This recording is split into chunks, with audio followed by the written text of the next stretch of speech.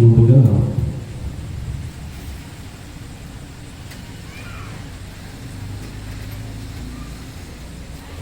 ఆయనతోనూ ఆయన అద్వితీయ కుమారుడైనటువంటి నా ప్రభువైన యేసుక్రీస్తుతోనూ ఇటు సహవాసాన్ని నాకు అనుగ్రహించినటువంటి మన పరమ తండ్రికి మనమందరం కూడా హృదయపూర్వక కృతజ్ఞతాస్తుతులు చెల్లింపబడుతూనే ఉన్నాం.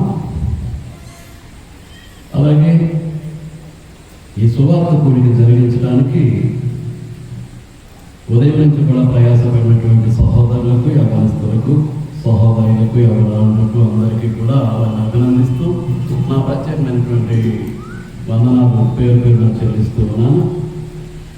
అలాగే ఈ సువార్త కూడిక దేవునికి మహిమకరంగా ఘనంగా జరిగించే నిమిత్తము నశించిపోయేటటువంటి ఆత్మలకు దేవుని యొక్క రక్షణ సువార్తను వినిపింపజేసే నిమిత్తము ఏర్పాటు చేయబడింది. హాజరై సహకరిస్తున్నటువంటి క్రీస్తు సంఘ పరిశుద్ధులందరికీ పేరు పేరున నా హృదయపూర్వక వందనాలు చెల్లిస్తూ ఉన్నానండి. అలాగే కూడి వచ్చిన స్నేహితులకు, స్నేహితురాలకు, గ్రామస్తులందరికీ నా హృదయపూర్వక వందనాలు పేరు పేరున చెల్లిస్తూ ఉన్నాను. లోకంలో ప్రత్యక్షమైనటువంటి రక్షణ.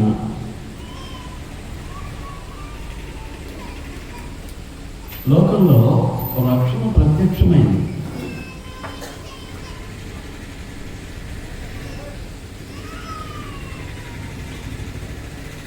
ప్రత్యక్షమైనటువంటి రక్షణను అనేక మందిని అనుభవిస్తూ ఉన్నాం ప్రభువైనటువంటి యేసుక్రీస్తునందు.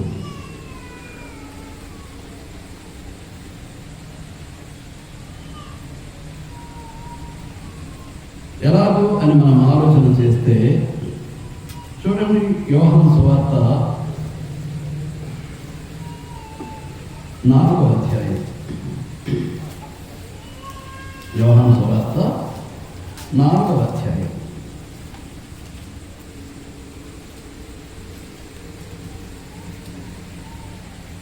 నలభై 41-42 వచనాలు ఒకసారి చదువుకుందాము. ఆయన ఈ మాటను విన్నందున ఇంకనూ అనేకులు నమ్మి ఆ స్త్రీని చూచి, ఇక మీదట నీవు చెప్పిన మాటను బట్టి కాక మా మట్టుకు మేము విని ఈయన నిజముగా లోకరక్షకుడని తెలుసుకొని నమ్ముతున్నామని. సందర్భం మనకు తెలుసు. ఏంటో సందర్భం? అలసిపోయినటువంటి ప్రభు యొక్క శిష్యులు సమరయుల ఊరైనటువంటి సుఖారులో ప్రవేశించారు. ప్రభు ప్రయాణంలో అలసిపోయిన దానిని బట్టి అక్కడ ఉన్నటువంటి యాకోబు వాళ్ళ దగ్గర ఆయన కూర్చుండిపోయారు. శిష్యులు ఆహారాన్ని పట్టుకు రావడానికి ఊర్లోకి పెట్టారు. ఈ లోపల వచ్చింది ఎవరండి? సామరస్యం. ఆమెకు ప్రభువుకు మధ్య కొంత సంభాషణ జరిగింది. సమరయ స్త్రీకి ప్రభువుకి మధ్య కొంత సంభాషణ జరిగింది. ఆ సంభాషణలో క్రీస్తు ప్రభు ఏం చెప్పారు అని అంటే, నేను జీవజలాన్ని నీకు ఇస్తాను అని చెప్పారు. ఏమన్నారండి? నీకు జీవజలాన్ని ఇస్తాను. అయితే నాకేమని అడిగిందా? నాకేమనమని అడిగితే వెంటనే ప్రభు ఏమన్నారు అని అంటే, వెళ్ళి నీ భర్తను తీసుకురా అన్నాడు. ప్రభు ఏమన్నారండి? నువ్వు వెళ్ళి నీ భర్తను తీసుకురా. ఆమె వెంటనే చెప్పింది, నాకు భర్త లేడు అని చెప్పింది. నాకు భర్త లేడని చెప్పింది. దానికి ప్రభు మాట్లాడుతూ, నువ్వు నిజమే చెప్పావు, అయినప్పటికీ నీకు 5 పెనిమిట్లు ఉండేవి, ఇప్పుడు ఉన్నవాడు కూడా నీ పెనిమిటి కాదు అని చెప్పేసి. నీ గతంలో ఐదుగురు భర్తలు ఉన్నారు, ఒకరి వెంట ఒకరిని మార్చుకుంటూ ఇప్పుడు 6వ వాడి దగ్గరికి వచ్చావు. ఈ 6వ వాడు కూడా నీకు భర్త కాడు. ఆమె ఊరిలోనికి వెళ్ళి ఆ ఊరిలో ప్రకటించినటువంటి ప్రకటనను బట్టి ఏం జరిగిందండి? ఊరంతా కూడా యాకోబు బావ దగ్గరికి వచ్చింది. సుకారాను గ్రామం అంతా కూడా ఎక్కడికి వచ్చిందండి? ఎక్కడికి వచ్చింది? అక్కడ ఉన్నటువంటి యాకోబు బావి దగ్గర, ప్రభువు కూర్చున్న బావి దగ్గరికి వచ్చింది. ఆయన ఉండమని ఆయన వారు కోరుకున్నారు. ఆయన అక్కడ కొద్ది రోజుల నుండి ఏం చేశాడు? ప్రభు వారు ఏం చేశారండి? వారికి సువార్త ప్రకటించినట్లుగా మనం చూస్తాం. దేవుని యొక్క వాక్యాన్ని ప్రకటించారు. ఎవరు? ప్రభు వారు. ప్రకటించిన తర్వాత ఊరి వారు చెప్తున్నటువంటి మాట అది ఏంటి? ఆయన మాటలు వినినందున ఇంకనూ అనేకులు నమ్మి, ఆయన మాటలు వినడాన్ని బట్టి అనేకులు ఏం చేశారు? నమ్మి ఆ స్త్రీని చూచి, ఇక మీదట నువ్వు చెప్పిన మాటను బట్టి కాక. నేను తర్వాత అధ్యాయం అంతా చదువుకోండి. ఆమె ఊర్లోకి వెళ్ళి ఏం చెప్పింది? ఇప్పుడు 5గురు భర్తలను మార్చి 6వ వాడితో ఉంటున్నటువంటి ఆమె యొక్క స్థితి ఏంటో మనకు తెలుసు. ఆమె యొక్క స్థితి ఏంటో మనకు తెలుసు అండి. తెలుసో తెలీదా అండి? తెలుసు. అలాంటి పరిస్థితుల్లో ఆమె ఊళ్ళోకి వెళ్ళి ఏం చెప్పింది ఆ గ్రామంలో ఉన్నటువంటి అందరికీ? ఆమె మాట విని ఆ గ్రామం అంతా యాకోబు బావ దగ్గరికి ప్రభువును చూడటానికి, ప్రభు మాట వినడానికి ఎలాగో కూడి వచ్చింది. ఆ తర్వాత ప్రభువును ఉండమని కోరి ప్రభు మాటలు విని కూడా స్త్రీతో అంటున్నారు, ఆయన మాటలు వినినందున ఇంకా అనేకులు నమ్మి ఆ స్త్రీని చూచి, ఇక మీద నువ్వు చెప్పిన మాటను బట్టి కాక మా మట్టుకు మేము విని ఆయన నిజముగా లోకరక్షకుడని తెలుసుకొని నమ్ముచున్నామని. ఆయన నిజముగా ఎవరటండి? లోకరక్షకుడు. యేసుక్రీస్తు ప్రభు ఎవరు? లోకరక్షకుడు. అలాగే మీరు తర్వాత 4వ అధ్యాయం పూర్తిగా చదువుకోండి. యోహాను రాసినటువంటి మొదటి పత్రిక, యోహాను రాసినటువంటి మొదటి పత్రిక 4వ అధ్యాయం 14వ వచనం. మరియు తండ్రి తన కుమారుని లోకరక్షకుడుగా ఉండుటకు పంపియుండుట మేము చూచి సాక్ష్యం ఇచ్చుచున్నాము. పరలోకపు తండ్రి తన కుమారుడైనటువంటి యేసుక్రీస్తును ఎలా పంపించాడట? లోకరక్షకుడుగా ఉండుటకు పంపియుండుట మేము చూచి, మేమేం చేస్తున్నాం? యేసుక్రీస్తు లోకరక్షకుడు అని మేము సాక్ష్యం ఇస్తూ ఉన్నాం. కాబట్టి యేసుక్రీస్తు ఎవరన్నమాట? యేసుక్రీస్తు ఎవరండి? లోకరక్షకుడు. దేని నుంచి రక్షిస్తాడు? దేని నుంచి రక్షిస్తాడండి? తిమోతికి రాసినటువంటి మొదటి పత్రిక అపోస్తలుడైన పౌలు యవన సువార్తికుడైనటువంటి తిమోతికి రాసినటువంటి మొదటి పత్రిక 1వ అధ్యాయం 15వ వచనం. పాపులను రక్షించుటకు క్రీస్తు యేసు లోకములకు వచ్చెను అను వాక్యము నమ్మదగినదియు పూర్ణాంగీకారములకు యోగ్యమైనదియునై ఉన్నది. అట్టి వారిలో నేను ప్రధానుడనని పౌలు తన గురించి తాను చెప్పుకుంటున్నాడు. ఏమంటున్నాడు? పాపులను రక్షించుటకు క్రీస్తు యేసు లోకమునకు వచ్చెను అను వాక్యము నమ్మదగినది, పూర్ణాంగీకారమునకు యోగ్యమునై ఉన్నది. ఈ లోకరక్షకుడు లోకాన్ని దేని నుంచి రక్షించడానికి వచ్చాడు? దేని నుంచి రక్షించడానికి? పాపం నుంచి. దేని నుంచి అండి? పాపం. లోకంలో ఎంతమంది ఉన్నారు పాపలు? లోకంలో ఎంతమంది ఉన్నారండి పాపలు? యేసుక్రీస్తు ప్రభు ఈ లోకంలో అవతరించే సమయానికి భూమి మీద ఉన్న వాళ్ళందరూ మృతులు, అందరూ చచ్చిన వారే. యేసుక్రీస్తు భూమి మీద నరుడుగా అవతరించే సమయానికి భూమి మీద ఉన్న వాళ్ళందరూ కూడా ఎవరండి? చచ్చిన వారే, మృతులు. జీవోత్సవాలా తిరుగుతున్నారు, తెచ్చుకుంటున్నారు, తింటున్నారు, పడుకుంటున్నారు, మళ్ళా ఏం చేస్తున్నారు? మళ్ళీ తెచ్చుకోవడంలో పరుగులు తీసుకున్నారు. జీవోత్సవాల మృతులు, మృతలోకం. అలాంటి చచ్చిన స్థితిలో ఉన్నటువంటి లోకంలోనికి ఎవరు వచ్చారనమాట? లోక రక్షకుడిగా ప్రభువారు రావటం జరిగింది. మీకు అర్థమవుతుందా? రోమపత్రిక మనం వెళ్ళామనుకోండి 3వ అధ్యాయం.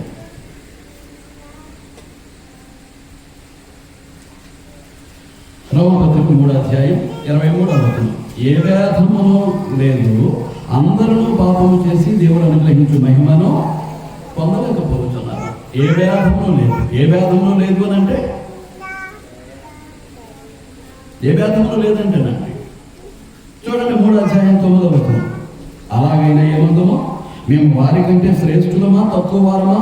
ఎంత మాత్రమును కాము. యూదులేమి గ్రీసు దేశస్థులేమి అందరూ పాపమునకు లోనై ఉన్నారని ఇంతకు ముందు దోషారోపణ చేసి ఉన్నాము. రోమపత్రిక 1వ అధ్యాయంలో అన్యులు పాపులు అని తేల్చేశాడు. రోమపత్రిక 1వ అధ్యాయంలో అన్యులు పాపులు అని తేల్చేశాడండి. 2వ అధ్యాయంలో యూదులు పాపులు అని తేల్చేశాడు. అప్పటికి భూమి మీద ఉన్నటువంటి ఆ రెండే తెగలు ఎవరు? యూదులు, దేవుని ప్రజలైనటువంటి యూదులు, దేవుణ్ణి ఎరగనటువంటి అన్యజనులు. ఈ రెండే వర్గాలు. ఇప్పుడు రకరకాల కులాలు ఉన్నాయి, రకరకాల జాతులు ఉన్నాయి, రకరకాల వర్గాలు ఉన్నాయి. కనుక ఇప్పుడు కూడా అందరూ పాపులే, అందరూ మృత స్థితిలోనే ఉన్నారు. అందరూ జీవోత్సవాలాగే భూమి మీద సంచరిస్తూ ఉన్నారు. మీకు అర్థమవుతుందా?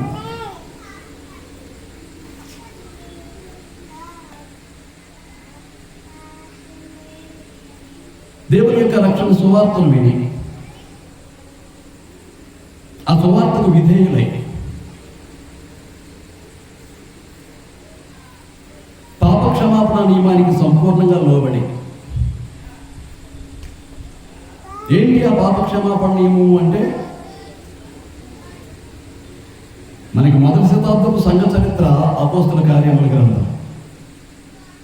అపోస్తుల కార్యముల గ్రంథం 1వ శతాబ్దపు సంఘ చరిత్ర. సంఘం ఎప్పుడు స్థాపించబడింది? ఇంచుమించుగా క్రీస్తు శకం 34వ సంవత్సరంలో.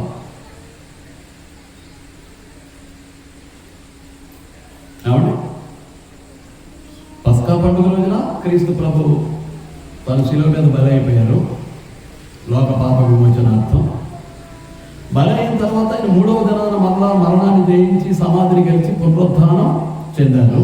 ఆయన పునరుద్ధానం చెందిన తర్వాత 40 దినాల పాటు దేవుని యొక్క రాజ్య విషయాలను గురించి శిష్యులతో మాట్లాడుతూ తాను సజీవునిగా వారికి కనపరుచుకుంటూ 40 దినాలు భూమి మీద సంచరించారు. ఆ తర్వాత ఆయన పరలోకానికి ఆరోహణం అయిపోయారు. పరలోకానికి ఆరోహణం అయిపోయిన తర్వాత పస్కా నుండి 50వ దినాన ఏదొస్తుంది అనమాట అండి, పెంతుకొస్తు పండుగ వస్తుంది. పెంతుకొస్తు అనగా 50వ దినం. పెంతుకొస్తు అనగా అర్థం ఏంటండి? 50వ దినం. ఆ 50వ దినాన ఏం జరిగిందనమాట? పరిశుద్ధాత్మ అపోస్తలుల మీద కుమ్మరించబడటం, వారు పరిశుద్ధాత్మలో బాప్తిస్మం పొందటం, ఆ పరిశుద్ధాత్మ వారికి వాక్యత అనుగ్రహించిన కొలది అన్య భాషల్లో మాట్లాడటం. ఆ తర్వాత అక్కడ ఉన్నటువంటి అన్యులేమి యూదులేమి అందరూ కూడా వీళ్ళు పొద్దుపడిచి జామైనా కాలేదు, వీళ్ళు తాగేశారు, మత్తులై ఉన్నారని వారిని విమర్శించటం. అలాంటి పరిస్థితిలో మిగిలినటువంటి 11 మందితో కూడా పేతురు లేచి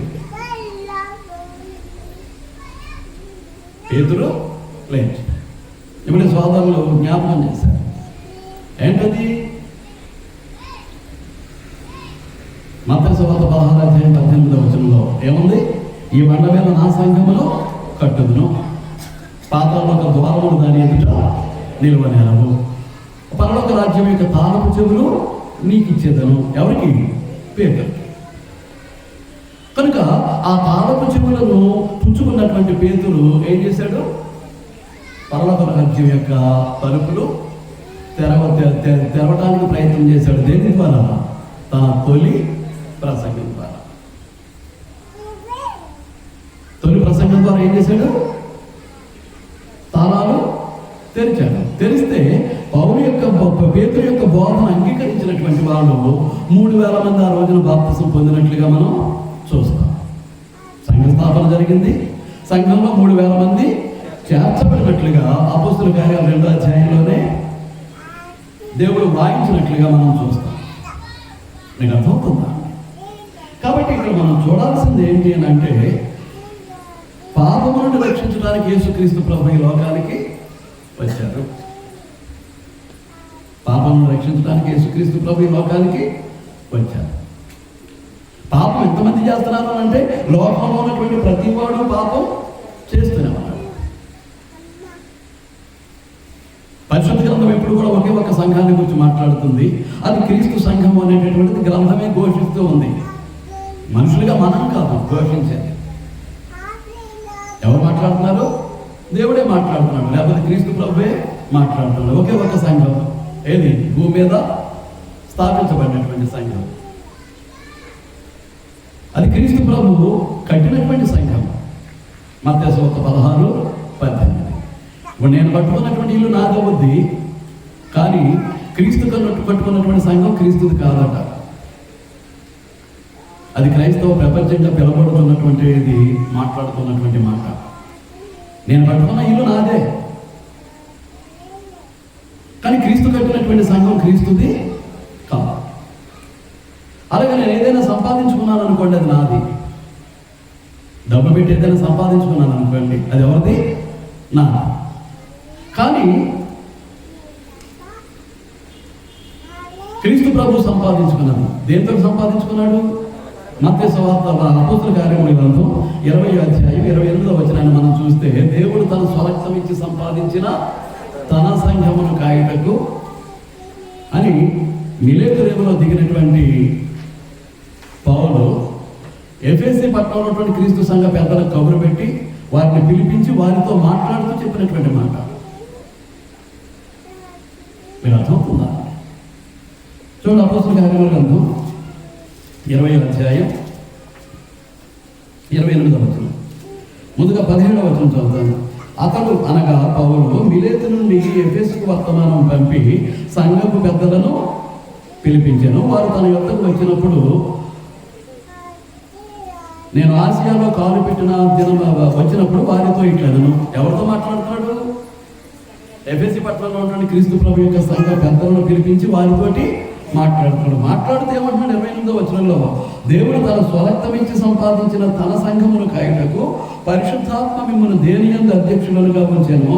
ఆ యావత్తు మందను గుర్చి మీ మట్టుకు మిమ్మల్ని గుర్చి జాగ్రత్తగా ఉండండి, జాగ్రత్తగా ఉండండి. కనుక ఇలా మనకు అనేక వచనాలు కనిపిస్తూ ఉంటాయి. ఆయన కట్టుకున్నది ఆయన కాదంటున్నారు, ఆయన సంపాదించుకున్నది. మరి డబ్బు గొప్ప, రక్తం గొప్ప. రక్తం మనిషి యొక్క ప్రాణం, రక్తం మనిషి యొక్క ప్రాణం. ప్రాణం అనేది ఉంటే డబ్బు ఎప్పుడైనా సంపాదించుకోవచ్చు. కానీ డబ్బు పెట్టుకొనుకున్నది నాది అంటాడు, ప్రాణం పెట్టుకొనుకున్నది ప్రభువుది కాదు అంటాడు. మరి ఇది ఎక్కడైనా నా న్యాయమో నాకు అర్థం కాదండి. నీకు అర్థమవుతుందా? అంచేత రక్షింపబడిన వారు ఎవరైనా ఉంటే ఎక్కడ ఉంటారు? క్రీస్తు సంఘంలో మాత్రమే ఉండేటటువంటి అవకాశం ఉంది. అదే నేను చెప్పబోయేది. లోకంలో రక్షణ ప్రత్యక్షమైంది. యేసుక్రీస్తుని గురించి ఏమంటున్నారు? ఆయన బోధ ఉన్నటువంటి సమరయ పట్టణం, సమరయ ప్రాంతంలో ఉన్నటువంటి సుఖాలు గ్రామస్తులు ఏమంటున్నారు అండి? ఈయన లోక రక్షకుడు అనేస్తున్నారు. అలాగే అపోస్తులు ఏమంటున్నారు? ఏమంటారు? మనం చదివాం కదా, యోహాను రాసిన మొదటి పత్రిక 4:14 ఏమంటున్నాడు? తండ్రి ఆయనను లోక రక్షకునిగా పంపించాడు, పంపించిన దానికి మేము సాక్షులము. ఎక్కడి నుంచి రక్షిస్తాడు? పాపం నుంచి రక్షిస్తాడు. పాపం రక్షించుటకు యేసుక్రీస్తు ఈ లోకములకు వచ్చెను అనే వాక్యము నమ్మదగినదియు పూర్ణాంగీకారములకు యోగ్యమైనదియునై ఉన్నది అన్నాడు. నేను ముందుకు వెళ్తున్నానండి. అలా యేసుక్రీస్తు అంటే అర్థం ఏంటి? హెబ్రీ భాషలో యాషువా మెస్సయ్య అంటాడు.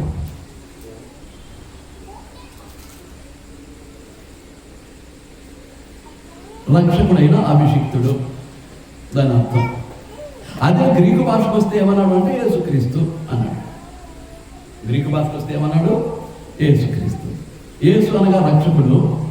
మీరు చాలా చోట్ల ఫుట్నోట్లో చూసుంటారు. అలాగే క్రీస్తు అనగా అభిషిక్తుడు. క్రీస్తు అనగా అర్థం ఏంటంటే అభిషిక్తుడు. అంటే దాన్ని ఒక సెంటెన్స్లోకి మనం దాని భావాన్ని తీసుకొస్తే ఏమవుతుందంటే, పాపులను రక్షించుటకు అభిషేకింపబడి పంపబడిన వాడు. యేసుక్రీస్తు ఎవరండి? యేసుక్రీస్తు అంటే అర్థం ఏంటి? అది పేరు కాదు. ఆయన ఈ భూమి మీదకి ఎందుకు అవతరించాడో తెలియజేసేటటువంటి మాట అది. ఏది? యేసుక్రీస్తు. మీరు అర్థమవుతున్నా? యేసుక్రీస్తు అనే మాటకు అర్థం ఏంటి? పాపులను రక్షించుటకు అభిషేకింపబడి పంపబడిన వాడు. ఇప్పుడు యేసుక్రీస్తు అపోస్తులుడా? యేసుక్రీస్తు పంపబడ్డాడా? పంపబడ్డాడు లేదా అండి? పంపబడ్డాడు. ఎవరి చేత పంపబడ్డాడు? దేవుని చేత. అపోస్తులుడు అనేటటువంటి అపోస్తులోస్ అనేటటువంటి గ్రీక్ పదానికి అర్థం ఏంటన్నమాట? పంపబడిన వాడు అని అర్థం. పంపబడిన వాడు అని అర్థం. అంచేతనే హెబ్రీ పత్రిక చూడండి, 3వ అధ్యాయం. హెబ్రీ పత్రిక 3వ అధ్యాయం 1వ వచనం. ఇందువలన పరలోక సంబంధమైన పిలుపులో పాలు పొందిన పరిశుద్ధ సహోదరులారా, మనం ఒప్పుకున్న దానికి అపోస్తులుడును ప్రధాన యాజకుడైన యేసు మీద లక్ష్యముంచుడి. మనం ఒప్పుకున్న దానికి అపోస్తులుడును ప్రధాన యాజకుడును. అపోస్తులుడు అంటే అర్థం ఏంటి? పంపబడినవాడు. ఎవరి చేత పంపబడ్డాడు? ఎవరి చేత పంపబడ్డాడు? దేవుని చేత పంపబడ్డాడు. ఎవరి చేత? దేవుని చేత పంపబడ్డాడు. ఇప్పుడు గ్రంథం 4 రకాలైనటువంటి అపోస్తుల గురించి మాట్లాడుతుంది. 1 దేవుని అపోస్తులుడు, ప్రభు అయినటువంటి యేసుక్రీస్తు. 2 క్రీస్తు అపోస్తులుడు, 12 మంది శిష్యులు ప్లస్ పౌలు. 3 సంఘ అపోస్తులుడు, బర్నబా, లూకా,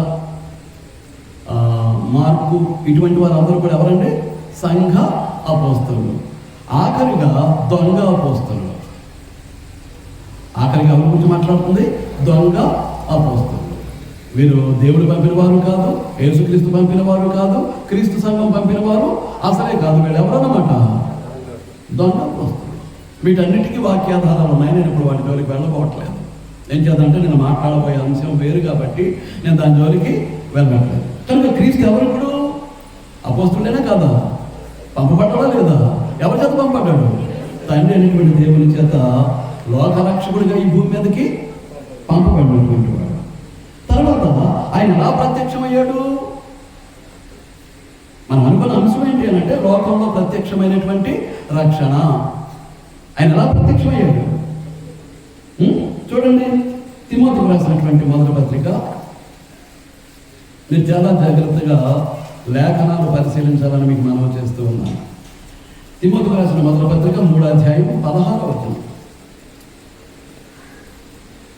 3వ అధ్యాయం 16వ వచనం. నేను 14 నుంచి చదివేస్తున్నాను. శీఘ్రముగా నీ వద్దకు వచ్చుటను నిరీక్షించుచున్నాను. అయినను నేను ఆలస్యం చేసి దేవుని మందిరములో, అనగా జీవము గల దేవుని సంఘములో జనులు ఎలాగూ ప్రవర్తింపవలనో అది నీకు తెలియవలనని ఈ సంగతులు నీకు వ్రాయిచున్నాను. ఆ సంఘము సత్యమునకు స్తంభమును ఆధారమునై ఉన్నది. నిరాక్షేపముగా దైవభక్తిని కూర్చిన మర్మము గొప్పదైనది. ఈ క్రైస్తవ దైవభక్తికి అవసరమైనటువంటి మర్మం, క్రైస్తవ దైవభక్తిని కూర్చున్నటువంటి మర్మము గొప్పదై ఉన్నది. అదేంటి అని అంటే, ఆయన సశరీరుడుగా ప్రత్యక్షమయ్యాను. ఆయన ఎలా ప్రత్యక్షమయ్యాడు? ఆయన సశరీరుడుగా ప్రత్యక్షమయ్యాను. ఆత్మ విషయమున నీతిపరుడని తీర్పునందాను. దేవదూతలకు కనబడెను. ఎప్పుడు? ఆయన పునరుద్ధానం చెందిన తర్వాత. రక్షకుడిని జనములలో ప్రకటింపబడెను. లోకమందు నమ్మబడెను. ఆరోహణుడై తేజోమయుడై. ఈ భాగం క్రైస్తవ భక్తిని కూర్చున్నటువంటి మర్మం. ఆయన సశరీరుడుగా ప్రత్యక్షమయ్యాడు.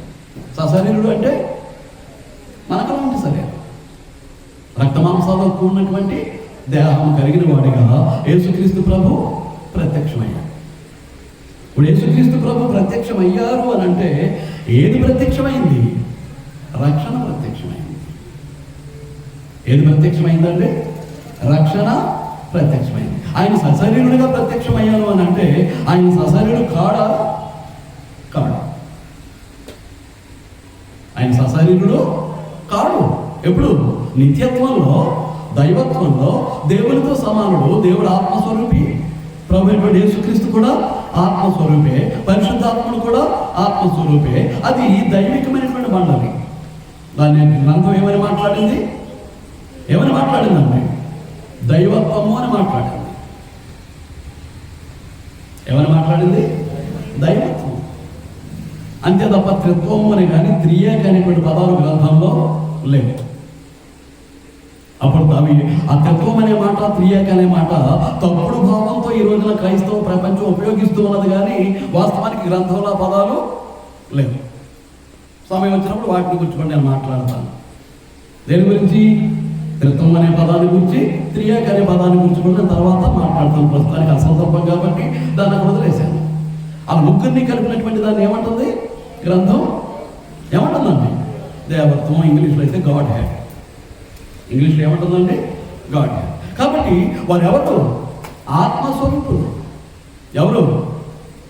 తండ్రి అయినటువంటి దేవుడు, ప్రభు అయినటువంటి యేసుక్రీస్తు, అలాగే పరిశుద్ధాత్ముడు కూడా ఎవరన్నమాట అండి. వారు ముగ్గురు సమానం. దైవత్వంలో ముగ్గురు సమానమైనటువంటి వ్యక్తులు, సమానమైనటువంటి వ్యక్తిత్వం కలిగిన వారు, సమానమైనటువంటి స్థితి కలిగినటువంటి వారు. వారి మధ్య వ్యత్యాసాలు ఏం లేవు. కనుక ఆత్మరూపి అయినటువంటి వాడు ఏం చేశాడు? ఆత్మరూపిగా ఉన్నటువంటి ఆ దైవత్వ లక్షణాలను విడిచిపెట్టి ఏం చేశాడు? ఆయన సశరీరుడిగా ఈ భూమి మీద ప్రత్యక్షమయ్యాడు. ఎలా ప్రత్యక్షమయ్యాడండి? సశరీరుడిగా ప్రత్యక్షమయ్యాడు. నేను మరలా చదువుతున్నాను ఆ భాగాన్ని. ఈ నిరాక్షేపముగా దైవభక్తిని కూర్చిన మర్మము గొప్పదై ఉన్నది. ఆయన అనగా క్రీస్తు ప్రభు సశరీరుడిగా ప్రత్యక్షమయ్యాను అని చెప్తూ ఉన్నాడు. కింద మీరు చదువుకోవచ్చు. క్రైస్తవ భక్తికి అదే ఆధారం. క్రైస్తవ భక్తి యొక్క మర్మం అదే. ఏది? ఈ వాక్య భాగం. మీకు అర్థమవుతుందా? రైట్. ఇప్పుడు ఎలాగూ అనేటటువంటి దాన్ని మనం ఆలోచన చేయాల్సినటువంటి అవసరం ఉంది. ఎలాగూ అని మనం ఆలోచన చేస్తే ఒక్కసారి యోహాను సువార్తకు వెళదాం. 1వ అధ్యాయం. యోహాను రాసిన సువార్త 1వ అధ్యాయం మొదటి 5 వచనాలు చదివేస్తాను. ఆది యందు వాక్యము ఉండెను, వాక్యము దేవుని యొద్ద ఉండెను, వాక్యము దేవుడై ఉండెను, ఆయన ఆది యందు దేవుని యొద్ద ఉండెను, సమస్తమును ఆయన మూలంగా కలిగెను, కలిగి ఉన్నది ఏదియో ఆయన లేకుండా కలుగలేదు. ఆయనలో జీవం ఉండెను, ఆ జీవం మనుషులకు వెలుగై ఉండెను, ఆ వెలుగు చీకటిలో ప్రకాశించుచున్నది కానీ చీకటి దానిని గ్రహింపకుండెను. ఆది యందు వాక్యం ఉండెను, వాక్యము దేవుడై ఉండెను, వాక్యము క్షమించండి ఆది యందు వాక్యం ఉండెను, వాక్యము దేవుని యొద్ద ఉండెను, వాక్యము దేవుడై ఉండెను. మీరు చాలా జాగ్రత్తగా వినాలండి, ఆలోచిస్తూ వినాలి. వాక్యము అనేసరికి తెలుగు ఛందస్సులో కానీ ఇంగ్లీష్ గ్రామర్లో కానీ మనం జాగ్రత్తగా పరిశీలన చేస్తే ఒక సంపూర్ణమైనటువంటి భావాన్ని ఇచ్చేదాన్ని ఏమంటాం? వాక్యము అంటాం. ఒక సంపూర్ణమైనటువంటి భావాన్ని ఇచ్చేదాన్ని ఏమంటామండి? వాక్యము అంటాం. అలాగే ఇంగ్లీష్కి వెళితే ఒక సంపూర్ణమైనటువంటి భావాన్ని ఇచ్చేదాన్ని ఏమంటామనంటే సెంటెన్స్ అంటారు. వాక్యం అనేది ఇక్కడ చదువుకున్న వాళ్ళు ఉన్నారు కాబట్టి మీరు ఆలోచించగలరు. సెంటెన్స్ అంటే అర్థం ఏంటి? ఒక సంపూర్ణమైనటువంటి అర్థాన్ని ఇచ్చేదాన్ని ఇంగ్లీష్లో ఏమంటారండి? సెంటెన్స్ అంటారు. అలాగే తెలుగులో సంపూర్ణమైనటువంటి భావాన్ని ఇచ్చేదాన్ని ఏమంటారు? వాక్యము. అసంపూర్ణమైనటువంటి భావాన్ని ఇచ్చేదాన్ని ఒక వాక్యముగా చెప్పడానికి అవకాశం లేదు, అది అసంపూర్ణం. మీకు అర్థమవుతుందా? అందుచేత ఆ విధంగా మనం చూస్తే ఆది యందు వాక్యం ఉండెను. తప్ప రైటా?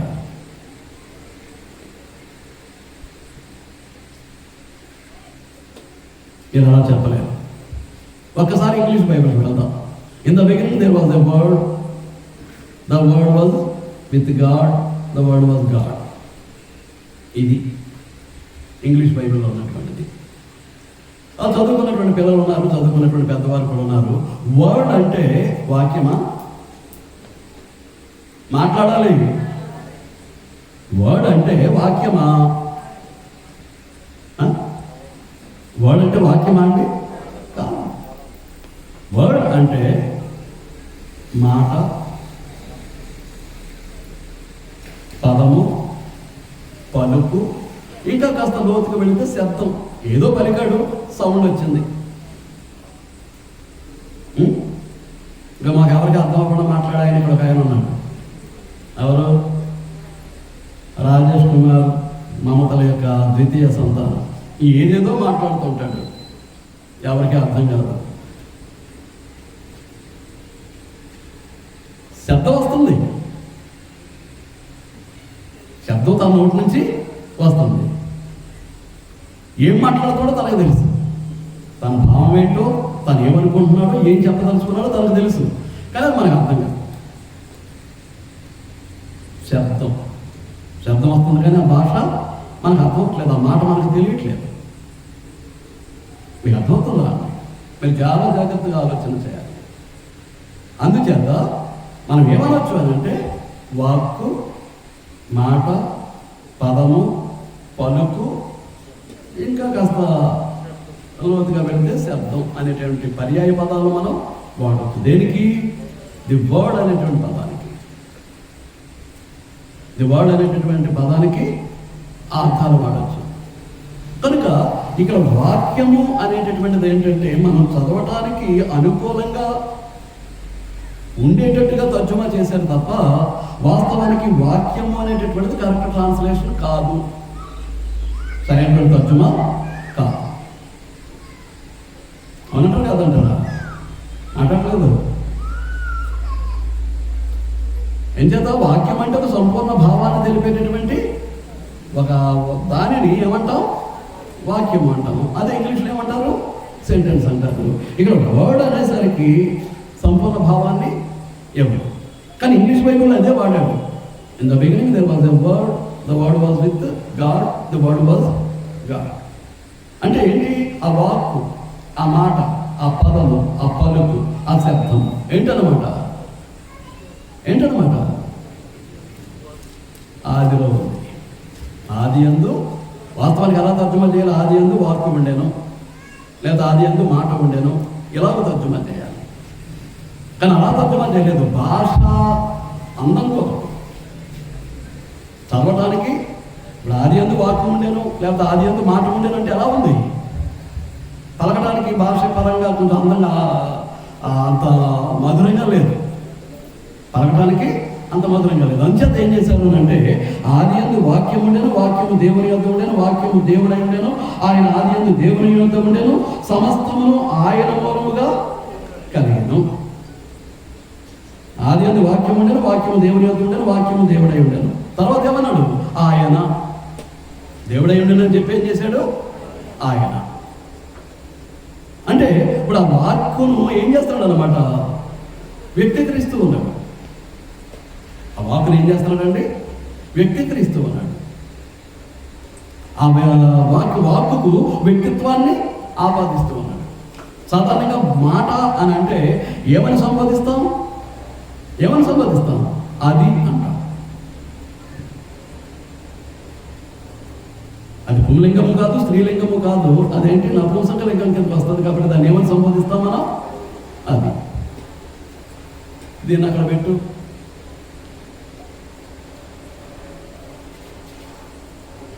టేబుల్ మీద అది ఉంది, ఇలా పట్టరా. టేబుల్ మీద అది ఉంది, ఇలా పట్టరా. కనుక అది స్త్రీ పురుష లింగానికి చెందినప్పుడు, నపుంసక లింగం అయినప్పుడు కూడా మనం ఏం చేస్తాం? దాన్ని అది అనే సంబోధిస్తాం. మీకు అర్థమవుతుందా? ఇక్కడ అది అంటలేదు. ఆ వాక్యము దేవుడై ఉండను. నెక్స్ట్ ఏమంటాడు? ఆయన ఆది యందు దేవుని యొద్ద ఉండేను, సమస్తమును ఆయన మూలంగా కలిగాను. సమస్తము కూడా ఆయన మూలముగా కలిగాను. మీకు అర్థమవుతుందా? ఒకసారి ఆది కాండానికి మనం వెళ్తాం.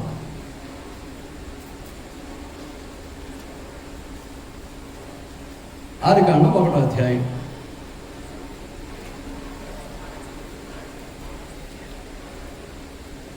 ఒకటి, 2, 3 వచనాలు నేను చదివేస్తాను. ఆది యందు దేవుడు భూమి ఆకాశములను సృజించాను. భూమి నిరాకారముగాను శూన్యముగాను ఉండెను. చీకటి అగాధ జలముల పైన క్రమి ఉండెను. దేవుని ఆత్మ జలముల పైన అల్లాడుచుండెను. దేవుడు వెలుగు కమ్మని పలుకగా వెలుగు కలిగెను. ఆ వచనాలు గుర్తున్నాయి కదా యోహాను సువార్తపై? ఉన్నాయా లేదా అండి? ఉన్నాయి. ఇక్కడ ఈ మాటలు కూడా గుర్తున్నాయి కదా. ఇప్పుడు అక్కడ దేని గురించి మాట్లాడుతున్నాడు? వాక్కు గురించి, మాట గురించి, పదము గురించి, పలుకు గురించి, శబ్దాన్ని గురించి మాట్లాడుతుంది. ఇక్కడ ఏమంటున్నాడు? దేవుడు ఆదియందు దేవుడు భూమి ఆకాశములను సృజించెను. ఎవరైనా? తండ్రి అయినటువంటి దేవుడు. ఎవరండి? తండ్రి అయినటువంటి దేవుడు. రెండో వచనానికి వస్తే దేవుని ఆత్మ జలముల పైన అల్లాడుచుండెను. దేవుని ఆత్మ ఏం చేస్తూ ఉంది? జలముల పైన అల్లాడుచుండెను. ఎవరు వచ్చారు? పరిశుద్ధాత్మ. ఆ తర్వాత దేవుడు వెలుగు కమ్మని పలుకగా.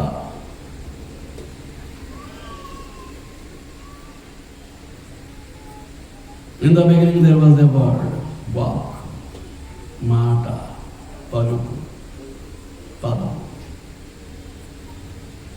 మీకు అర్థమవుతుంది? ఆలోచిస్తున్నారు. దేవుడు వెలుగు కమ్మని పలుకగా. ఇప్పుడు పలుకెవరు? ఏమండి? వెలుగు కమ్మని పలుకగా. ఇప్పుడు వెలుగు కమ్మని పలుకగా అంటే మొట్టమొదటి రోజున ఆయన సృష్టించింది ఏంటి? వెలుగు. వెలుగు కమ్మని పలుకగా వెలుగు కలిగింది. ఇందుకే వెలుగు పలికినటువంటి దేవుడు చేశాడా? ఆయన నోటి నుంచి వచ్చిన మాట చేసిందా?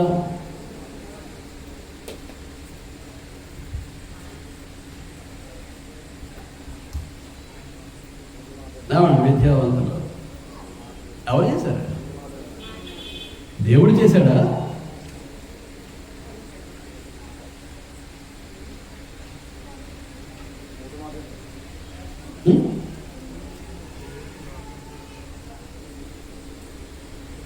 దేవుడు వెలుగు కమ్మని పలుకగా. పలుకు. మీరు ఆలోచిస్తూ ఉండండి. వెలుగు కమ్మని పలుకగా. ఒక పలుకబడినటువంటి దాన్ని లేకపోతే మాట్లాడినటువంటి మాటను గ్రీకు భాషలో ఏమన్నారు అంటే రోమా అన్నారు. ఒకరు పలికినటువంటి పలుకును లేక మాట్లాడినటువంటి మాటను ఏమని సంబోధించారు? గ్రీకులో ఏమని సంబోధించారండి? రోమా అని సంబోధించారు. అంటే సాధారణమైనటువంటి మాట. నేను మాట్లాడచ్చు, మీరు మాట్లాడచ్చు, మీరు పలకొచ్చు, నేను పలకొచ్చు. ఎవరో పలికినప్పటికీ దానికి గ్రీకులో ఇచ్చినటువంటి సంబోధన ఏది అని అంటే రోమా. ఇప్పుడు మన మాట దేవుని మాట ఒకటేనా? ఏమంటే మనం మాట్లాడిన మాట, దేవుడు మాట్లాడినటువంటి మాట, మనం పలికినటువంటి పలుకు, దేవుడు పలికినటువంటి పలుకు ఒకటేనా? దేవుడు సర్వశక్తిమంతుడు. దేవుడు సర్వశక్తిమంతుడు అని అంటే ఆయన మాటలో కూడా ఆ సర్వశక్తి నింపబడి ఉంది, ఇమర్చబడి ఉంది.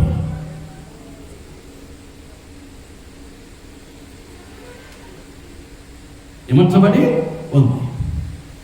ఆయన వెలుగు కమ్మని పలుకగా వెలుగు కలిగింది. ఆకాశం కలుగుగా కమ్మని కలుగుగా, విశాలం కలుగుమని చెప్పగా అక్కడ 6 నెలలకు బయటపడమంటే సముద్రాలు నీరంతా పక్కెళ్ళిపోయింది. దానికి సముద్రాన్ని పేరు పెట్టాడు. 6 నెలలు కనిపించింది. దాని మీద మొక్కలు మొలిచేటట్టుగా ఆజ్ఞాపిస్తే ఏమైంది? మొక్కలు మొలిసాయి. సూర్యుడు చంద్ర నక్షత్రాలు 4వ రోజున కలుగ్గా కంటే కలిగేశాయి. 5వ రోజున ఆకాశంలో ఎగిరే పక్షులు, భూమి మీద తిరిగేటటువంటి నీటిలో ఉండేటటువంటి జలచరాలు కలుగ్గా కంటే కలిగేశాయి. మీకు అర్థమవుతుందా? మనకి ఇవన్నీ కూడా దేని ద్వారా కలిగాయి? దేని ద్వారా కలిగాయి? దేవుని మాట చేత.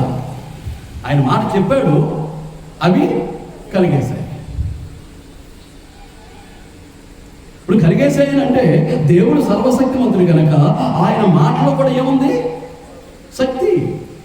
ఆయన మాటలో కూడా ఏముందండి? శక్తి ఉంది. ఎలాంటి శక్తి? ఎలాంటి శక్తి? శూన్యములో నుంచి సృష్టిని కలుగు చేసేటటువంటి శక్తి. మట్టిని పట్టుకొచ్చి భూమిని చేయలేదు. మట్టిని పట్టుకొచ్చి భూమిని చేయలేదు. అలాగే ఆకాశంలో ఉండే సూర్యుడిని అగ్ని పట్టుకొచ్చి సూర్యగోళాన్ని చేయలేదు. అలాగే చంద్రగోళం, అలాగే మిగిలినటువంటి గ్రహాలు, నక్షత్రాలు, వీటన్నిటినీ గురించి మనం ఆలోచన చేసినప్పుడు ఆయా పదార్థాలు పట్టుకొచ్చి చేయబడినటువంటిది కాదు. దేంట్లో వచ్చాయి అవి? కలుగ్గాకంటే ఈ శూన్యంలో నుంచి అవన్నీ వచ్చేసాయి. దేన్ని బట్టి? ఆయన మాటకున్నటువంటి శక్తిని బట్టి, ఆయన మాటకున్నటువంటి శక్తిని బట్టి. అందుచేత దానికి ఏమని పేరు పెట్టారు అని అంటే, ఇక్కడికి వచ్చేసరికి యోహాను సువార్తకు వచ్చేసరికి లోగోస్ అనేటువంటి పదాన్ని వాడేశాక. మీకు ఇందాక మాట చెప్పాను, ఏంటది? సాధారణంగా పలుకుబడినటువంటి పలుకు, లేకపోతే మాట్లాడినటువంటి మాటలు గ్రీకు భాషలో ఏమంటారని చెప్పాను? రోమా అంటారని చెప్పాను. అది సాధారణంగా పలికేటటువంటి పలుకులు, లేకపోతే సాధారణంగా మాట్లాడేటటువంటి మాటలు. కానీ ఇది ఎలాంటిది? సృష్టికి మూలమైనటువంటిది. ఈ వాక్యం ఎలాంటిదండి? సృష్టికి మూలమైనటువంటిది. అంచేతే దాన్ని ఏమన్నాడు గ్రీకులో? లోగోస్ అన్నాడు. లోగోస్ అనేటటువంటి దాన్ని గ్రీకు తత్వవేత్తలు ఎలాగో వాడారు అంటే, సృష్టికి మూలమైనది అనేటటువంటి అర్థంతో ఆ పదాన్ని వాడటం జరిగింది. దేన్ని? లోగోస్ అనేటటువంటి పదాన్ని. లోగోస్ అనేటువంటి పదాన్ని సృష్టికి మూలమైనది అనేటువంటి భావనతోటి వాడారు. చూడండి, సమస్తము ఆయన మూలంగా కలిగను. 2వ వచనం చివరిలో 3వ వచనంలో ఏమంటాడు? కలిగి ఉన్నది ఏది ఆయన లేకుండా కలగలేదు అన్నాడు. నేను ఇందాక ప్రశ్న వేశాను, దేవుడు చేశాడా? వెలుగు కలుగుగా కానీ పలికినటువంటి దేవుడు చేశాడా, లేకపోతే ఆయన నోటి నుంచి వచ్చినటువంటి పలుకు చేసిందా?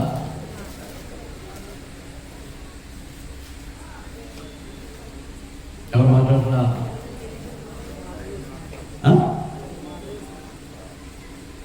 అర్థమవుతుంది అసలు నేను చెప్పేది? ఇప్పుడు ఆయన పలకలేదు అనుకోండి, ఆ మాట బయటకు రావడానికి అవకాశం లేదు. పలకపోతే మాట బయటకు రావడానికి అవకాశం లేదు. బయటకు వచ్చిన మాట ఏం చేసింది? తన శక్తితోటి ఆయన ఏదైతే పలికాడో దాన్ని సృష్టించింది. దాన్ని ఏం చేసిందండి? సృష్టించింది. అంటే మనం ఏం చెప్పాలన్నమాట, సృష్టి జరిగేటప్పుడు తండ్రి అయినటువంటి దేవుడితోటి ప్రభు అయినటువంటి యేసుక్రీస్తు ఉన్నారు, ఇద్దరు కలిపే సృష్టిని చేశారు అనేటటువంటిది మనం గ్రహించుకోవాల్సినటువంటి అవసరం ఉంది. ఇద్దరు కలిపే సృష్టిని చేశారు. యేసుక్రీస్తు అంటే ఒక సాధారణమైనటువంటి రక్త మాంసాల్లో పుట్టినటువంటి ఒక సామాన్యమైనటువంటి మానవుడు కాదు. Jesus Christ is a logos. Logos means, logos అనే మాటకు అర్థం ఏంటంటే సర్వ సృష్టికి మూలమైనటువంటి వాడు. ఏదో నమ్ముకున్నామంటే నమ్ముకున్నామని, ఆరాధన వెళుతున్నామంటే వెళుతున్నామని, మానేసామంటే మానేసామని, అంత మన ఇష్టానుసారంగానే వెళ్ళాలన్నా మానేయాలన్నా మన ఇష్టమే అన్నట్టుగా వ్యవహరించడానికి అవకాశం లేదు. అవకాశం లేదు. చూడండి, కొరింథీయులకు రాసినటువంటి మొదటి పత్రిక,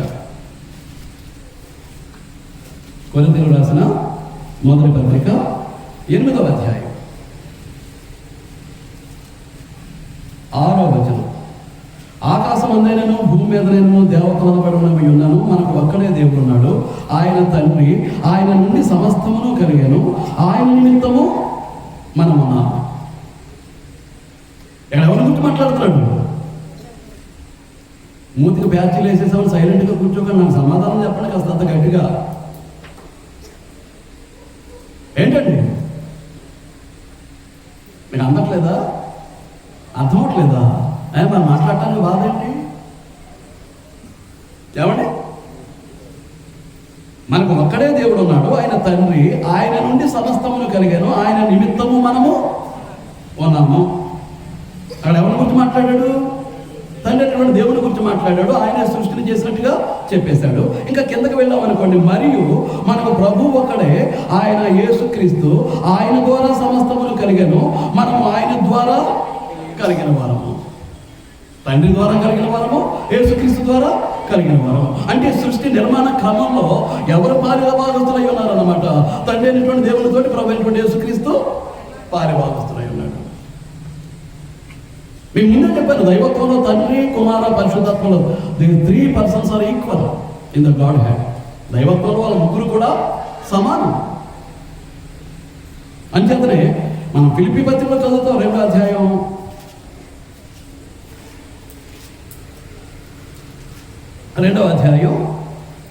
6వ వచనంలో, ఆయన దేవుని స్వరూపము కలిగిన వాడై ఉండి దేవునితో సమానముగా ఉండుట విడిచిపెట్టకూడని భాగ్యమని ఎంచుకున్నాడు. ఆయన ఎవరండి? దేవునితో, ఆయన దేవుని స్వరూపము కలిగిన వాడై ఉండి దేవునితో సమానముగా ఉండుట విడిచిపెట్టకూడని భాగ్యమైన ఆయన ఎంచుకోలేదు.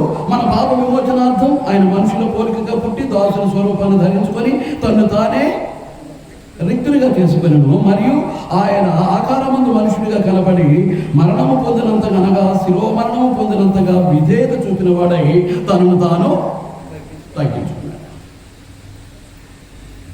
ఈయనెవరు? దేవునితో సమానం. దేవుడా కాదా? దేవుని స్వరూపం కలిగిన వాడు దేవుడా కాదా? దేవుని స్వరూపం కలిగిన వాడు దేవునితోటి సమానుడు. అట్టివాడు ఏమయ్యాడండి?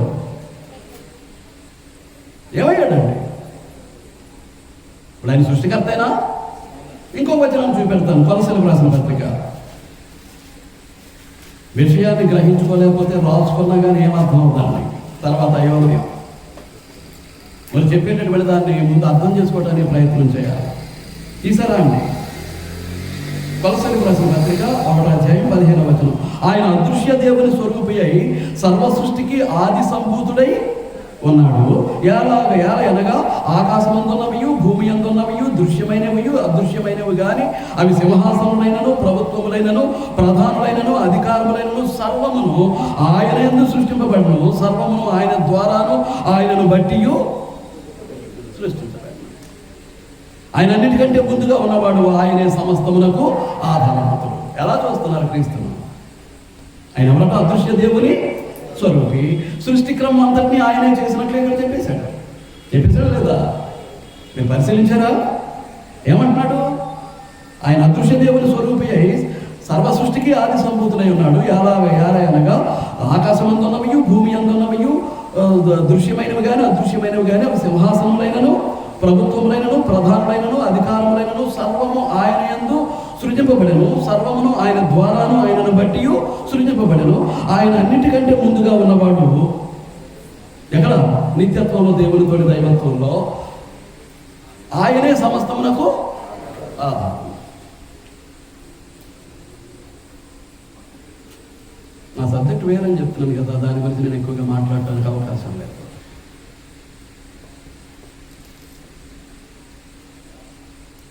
ఎక్కువగా మాట్లాడటానికి అవకాశం లేదు. నీకు అర్థమైంది? అర్థమైందా లేదా అండి? రైట్. ఇప్పుడు యోహాను సువార్తకు రండి. ఆది యందు వాక్యము ఉండెను, వాక్యము దేవుని యొద్ద ఉండెను, వాక్యము దేవుడై ఉండెను. 14వ వచనం. ఆ వాక్యము శరీరధారి అయి కృపాసత్య సంపూర్ణుడిగా మన మధ్య నివసించెను. తండ్రి వలన కలిగిన అద్వితీయ కుమారుని మహిమ వలె మనము ఆయన మహిమను కనుగొంటిమి. ఆ వాక్యము శరీరధారి అయి. ఏ వాక్యం?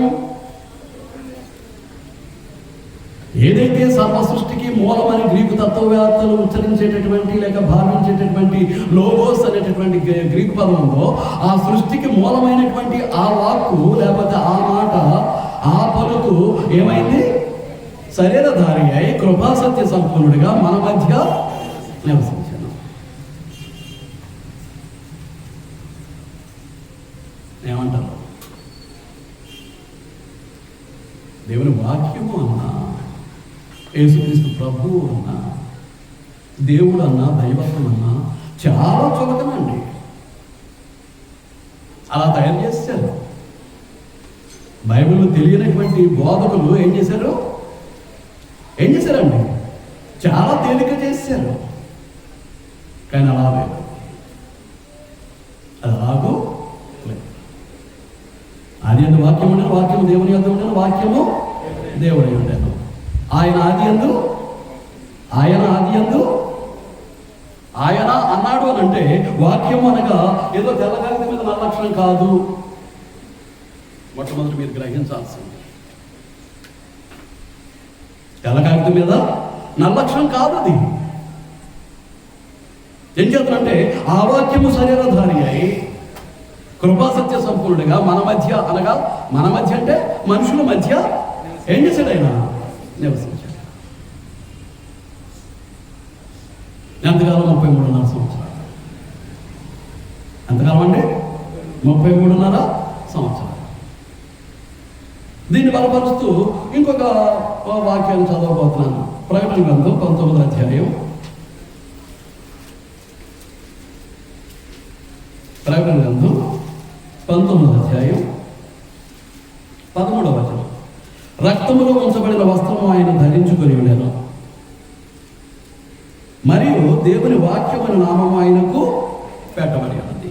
రక్తములో ఉంచబడిన వస్త్రము ఆయన ధరించుకొని ఉండెను, మరియు దేవుని వాక్యమైన నామము ఆయనకు పెట్టబడి ఉంది. అంటే మనం యేసుక్రీస్తు అంటే ఎవరన్నమాట? ఎవరు? దేవుని వాక్యం. దేవుని వాక్యం.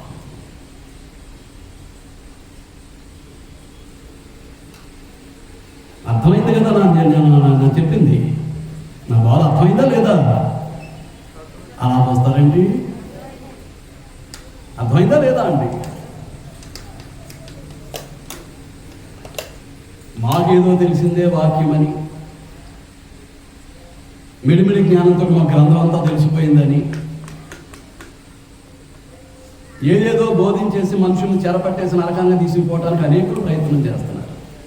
అలాగే క్రీస్తు సంఘంలో ఉంటున్న అనేక మంది సహోదరులు కూడా మాకు అంతా తెలిసిపోయింది అంటున్నారు.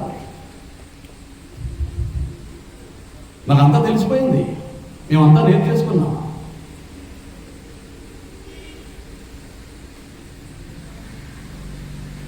ఏం తెలిసింది?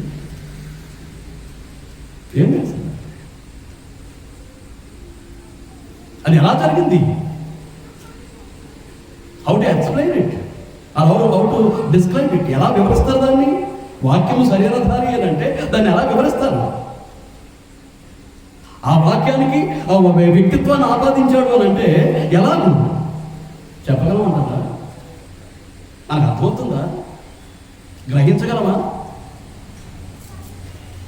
దేవుని వాక్యం అంటే వేరకాలంగా ఉందా? వాక్యం అంటే ఎవరు? ఇప్పుడు యేసుక్రీస్తు ప్రభు. ఎలాగూ దాన్ని కలిపి చెరుపుతూ ఉంటారు. అంచేత ఏమి కలపొద్దు, ఏమి తీసివేయవద్దు. మొదటి నుంచి చివరి వరకు హెచ్చరిక దేవుడు ఇచ్చుకుంటూనే వెళ్ళాడు. ఆ వాక్యాలు ఏం చేయకూడదు, ఏమి కలపకూడదు, ఏమి తీసేయకూడదు. ఏమి కలిపినా ఏమి తీసివేసినా ఎవరి రూపం మారిపోద్ది అన్నమాట. యేసుక్రీస్తు ప్రభు యొక్క రూపం మారిపోద్ది. యేసుక్రీస్తు ప్రభు యొక్క రూపం మారిపోద్ది. వాక్యాలు ఏమైనా కలిపి తీసేస్తే, నీ ఇష్టానుసారమైనటువంటి భావాన్ని వ్యక్తపరిచి మీ ఇష్టానుసారమైనటువంటి అర్థాన్ని ఇవ్వడానికి ప్రయత్నం చేస్తే అక్కడ కూడా ఏం జరుగుతుంది? క్రీస్తు ప్రభులా ప్రజెంట్ చేయబడటానికి, ప్రదర్శించబడటానికి అవకాశం లేదు. మన సొంత భావాలు తీసుకోవడానికి అవకాశం లేదు, సొంత అర్థాలు తీసుకోవడానికి అవకాశం లేదు. ఒక వచనాన్ని చదవమంటే దాని వెనకతలో ఉన్నటువంటి దేవుని మనసు ఏంటి, దేవుని యొక్క చిత్తం ఏంటి, దేవుని యొక్క ఉద్దేశం ఏంటి, ఎరిగి దాన్ని అర్థం చేసుకోవడానికి ప్రయత్నం చేయాలి తప్ప ఏదో చదివేసామనుకుని ఏదో భావాన్ని దానికి ఇచ్చేసి ఎలాగో బోధ చేసేసి ఎలాగో నేర్చేసుకుని ఎలాగో వినేసి ఏం జరుగుతుంది? క్రీస్తు ప్రభు యొక్క రూపాన్ని ఏం చేస్తున్నాం? పాడు చేసేస్తున్నాం. పాడు చేస్తున్నాడా లేదంటారా? పాడు చేస్తున్నాం. అలాంటి అధికారం మనకి ఎక్కడిది? అలాంటి హక్కు మనకి ఎక్కడదండి?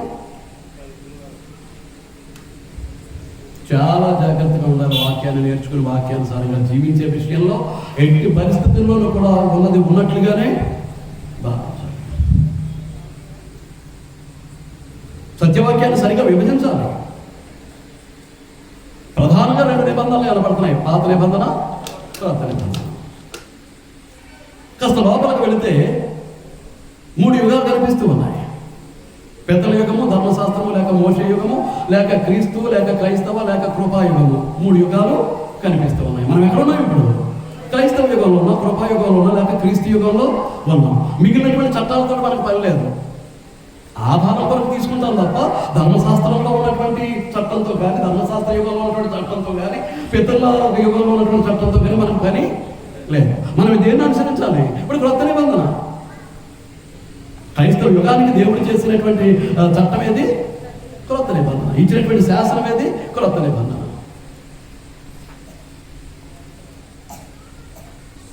ఇది అర్థం కావాల్సినటువంటి అవసరం ఉందండి. అంచేతనే సత్యవాక్యాన్ని సరిగా విభజించాలి, సరిగా ఉపదేశించాలి. దేవుని ఎదుట యోగ్యునిగాను సిగ్గుపడనక్కర్లేని పనివానిగా ఒక దేవుని సేవకుడు ఉండాలి అని అంటే, ఒక సువార్తికుడు ఉండాలి అని అంటే ఏం చేయాలి? సత్యవాక్యాన్ని సరిగా విభజించాలి, లేక సత్యవాక్యాన్ని సరిగా ఉపదేశించడం రావాలి. వాడికి రాకపోతే ఏం చేస్తాడు? క్రీస్తు రూపాన్నే మార్చేస్తాడు. క్రీస్తు రూపాన్నే మార్చేస్తాడు. మనుషులు ఏం చేశారు? దేవుణ్ణి ఏం చేశారు? ఆయన దేవునిగా మహిమపరచలేదు. ఏం చేశారు? అక్షయుడైనటువంటి దేవుని యొక్క మహిమను క్షయమగు మనుషుల యొక్కయు, చతుష్పాద జంతువుల యొక్కయు, పక్షుల యొక్కయు, పురుగుల యొక్కయు ప్రతిమా స్వరూపముగా మార్చేశారు. ఇప్పుడు దేవుడు అని అంటే మనుషుడా? దేవుడు అంటే 4 పాదాలు కలిగినటువంటి జంతువా? దేవుడు అంటే ఎగిరేటటువంటి పక్ష? లేదా దేవుడు అంటే పురుగా?